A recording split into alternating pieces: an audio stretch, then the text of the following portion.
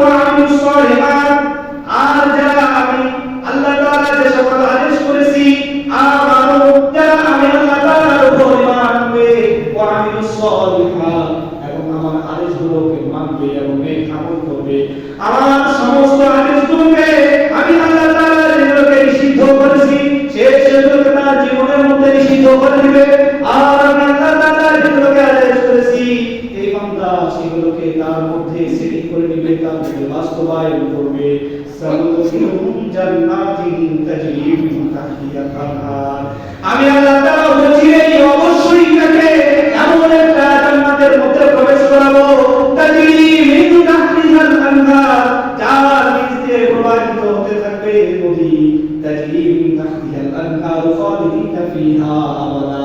তাই আমি আল্লাহ তাআলা যেভাবে অবাধ্যকারীকে অস্বীকারীকে কিয়ামত পর্যন্ত এই শাস্তি ভোগ করাবো, ঠিক তদ্রুপ তার বিপরীত যে ব্যক্তি আমি আল্লাহ তাআলাকে মানবে, আমি আল্লাহ তাআলার আদেশগুলোকে মানবে, খালিদিনা ফিহা আবাদা, আমি আল্লাহ তাআলা তাদেরকে এমন একটা জান্নাত দেব যে জান্নাতের নিচ দিয়ে নদী প্রবাহিত হবে, এমন নদী, আরে আল্লাহ তাআলা বলেন এমন নদী নয় শুধু সেখানে দুধের নদী থাকবে, মধুর নদী থাকবে, খাবারের নদী থাকবে।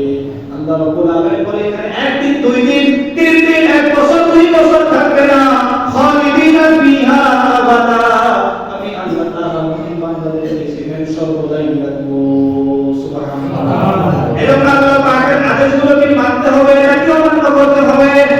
আরে আল্লাহ রাব্বুল আলামিন কি আদেশ করলেন? রব্বুল আলামিন বলেন ইয়া আইয়ুহাল্লাযীনা আমানু তাকুল্লাহ, হে মুমিনরা, হে আমার বান্দারা, তুমি তোমরা আমি আল্লাহ তাআলাকে ভয় করো।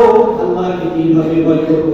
আল্লাহ তাআলাকে ভয় করার অর্থটা কি? আল্লামা জালালউদ্দিন সুয়ুতী রাহমাতুল্লাহি আলাইহি বলেন আল্লাহ তাআলাকে ভয় করার উদ্দেশ্য হলো আল্লাহ রাব্বুল আলামিন যেটাকে নিষেধ করেছেন, যেটাকে হারাম বলেছেন, যেটাকে নাজায়েজ বলেছেন, সেটা তুমি নিষেধ মনে করো, যেটা তোমার জীবনের জন্য হারাম মনে করে নাও।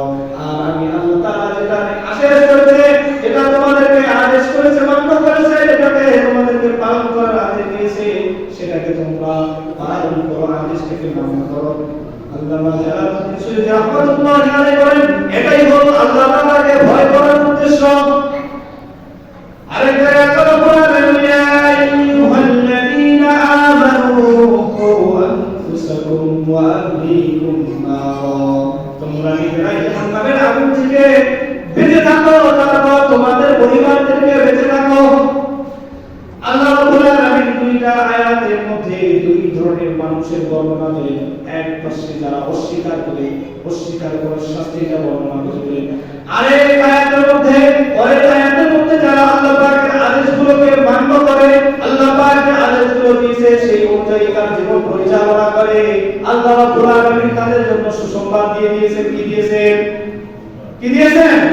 আল্লাহ রাব্বুল আলামিন সুসংবাদ দিয়েছেন, সানুদখিলুহুম জান্নাতিন তাজরি মিন তাহতিহাল আনহার খালিদিনা ফিহা আবাদা, তোমরা শুধু এখন জান্নাতেই থাকবে না, এবং জান্নাতেই থাকবে না, দুনিয়াতে তার জন্য একজন আরেকজনকে হত্যা করে, একজন আরেকজনের শত্রু হয়ে যায়, একজন আরেকজনের বিরোধিতা করে, একজন আরেকজনকে হত্যা করতে চায়, সেটা হলো নারী।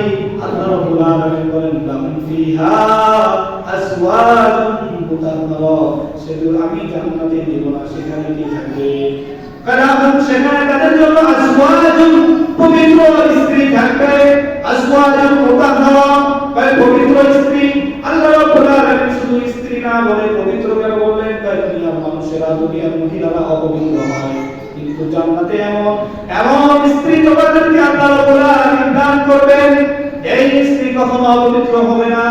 পরের আয়াতে বলেন ওয়াদখিলুহুম জিল্লান যালিলা, আমি আল্লাহ তাআলা তাদেরকে এমন একটা ছায়া দান করব, এমন ছায়া দান করব, এমন ছায়া যেদিন আর কোনো ছায়া থাকবে না।